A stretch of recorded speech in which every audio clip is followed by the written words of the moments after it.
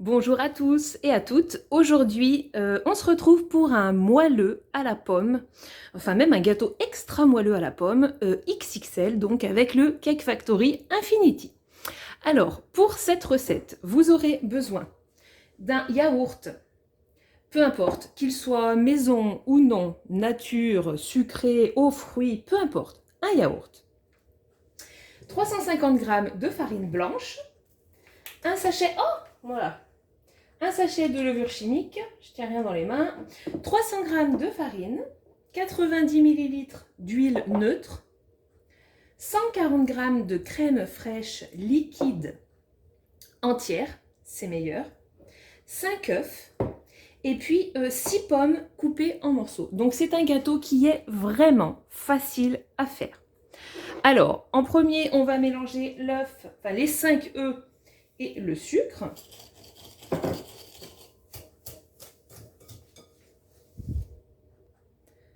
Voilà, puis on ajoute le yaourt.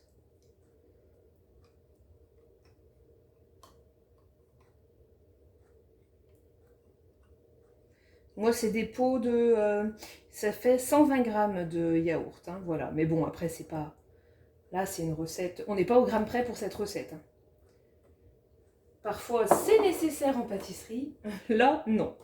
Donc, on incorpore notre yaourt. On ajoute ensuite la farine avec la levure.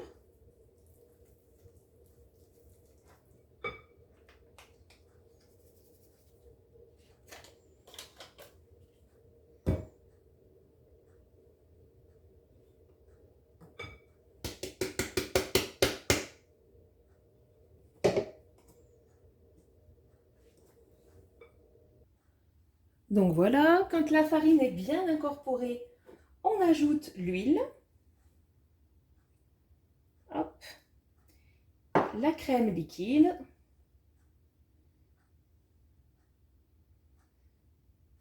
Tac. On continue. Bon, je suis obligée d'aller doucement. J'ai pris un saladier un petit peu petit. Mais bon, vous pouvez mélanger au robot. Hein.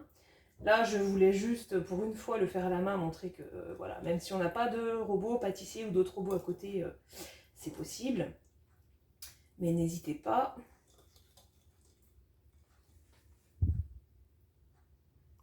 Voilà, donc vous obtenez normalement une pâte qui est... Respectez bien l'ordre hein, dans lequel on met les ingrédients. Comme ça, regardez, elle est lisse, elle est jolie. Hop, voilà. À ce moment-là, la pâte est prête, on n'a plus qu'à ajouter les pommes. Hop, allez. Tac, j'essaie de ne pas en mettre partout. Hop, voilà.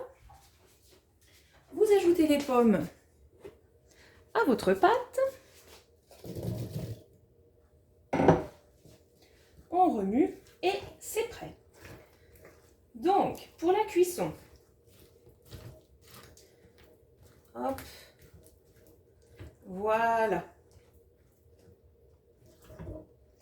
Alors, pour la cuisson, il faut beurrer légèrement le moule. Vous prenez une petite noisette de beurre entre vos doigts. Vous l'étalez partout sur le fond et sur les rebords. Une petite noisette, ça suffit. Hein. C'est vraiment juste pour pas que ça accroche. Je vais recentrer, hop, un petit peu. On va verser la pâte dans le moule.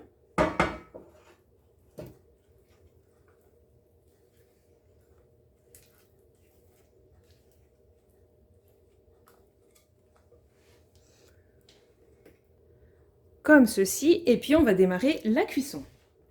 Alors, rien de plus simple, comme je vous l'ai dit, cette recette est super facile et vraiment pratique pour le quotidien. Donc on va laisser, on l'allume, c'est sur le numéro 1, le programme 1, donc c'est le gâteau à partager. C'est ce qu'on veut. Là, on va mettre 40 minutes. Et c'est parti. Ça y est, les 40 minutes sont passées. Donc, je vais appuyer sur OK et pas sur Stop, parce que si jamais je veux rajouter un petit peu de cuisson, en ayant simplement appuyé sur OK, c'est plus facile, j'ai pas besoin de tout relancer. Donc, on ouvre. Ah, waouh! Oui, il commence bien. Par contre, là, je vois, il manque de la cuisson parce qu'au-dessus, vous voyez, je trempe le couteau ressort pas du tout sec. Donc je vais ajouter carrément 15 minutes là. Je pense que... Ah! Je pense qu'il faut bien ça. Alors, notre rajout de cuisson est passé. Alors on va regarder avec le couteau si c'est bon ou si on rajoute encore un peu. Donc pour ceux et celles qui ne savent pas, pour vérifier si le gâteau est cuit, on trempe un couteau et on regarde la pointe. Il doit ressortir sec pour que le gâteau soit cuit. Alors faites attention, hein, n'allez pas au fond de votre moule parce que ça l'abîmerait. Enfin, pas mettre un coup de couteau au fond du moule, mais... Donc je vais doucement, paf, je le retire. Et vous voyez, il est sec, donc le gâteau est cuit. Alors du coup, je vais l'arrêter. Je vais sortir le plat à côté et le laisser refroidir un petit quart d'heure avant de le démouler. J'ajoute qu'il faut quand même toujours vérifier la cuisson parce que, par exemple, dans ce gâteau-là, en fonction des pommes utilisées, de la variété de pommes, elles rentrent plus ou moins d'eau, elles restent donc ça peut jouer sur le temps de cuisson. Voilà, je l'ai démoulé, j'ai attendu qu'il tiédisse un petit peu. Maintenant, une petite touche de finition, je vais saupoudrer avec un petit peu de sucre glace. Voilà, j'aime bien, ça donne un petit côté, une jolie petite finition, je trouve. Hop, je ne vais pas en mettre trop. Bon, c'est du sucre glace maison. Alors, il a un petit peu, on dirait, pris d'humidité parce qu'il est... Voilà, il faut le casser un peu, mais bon. Tac. Puis, je vais vous découper une part pour vous montrer l'intérieur. Allez.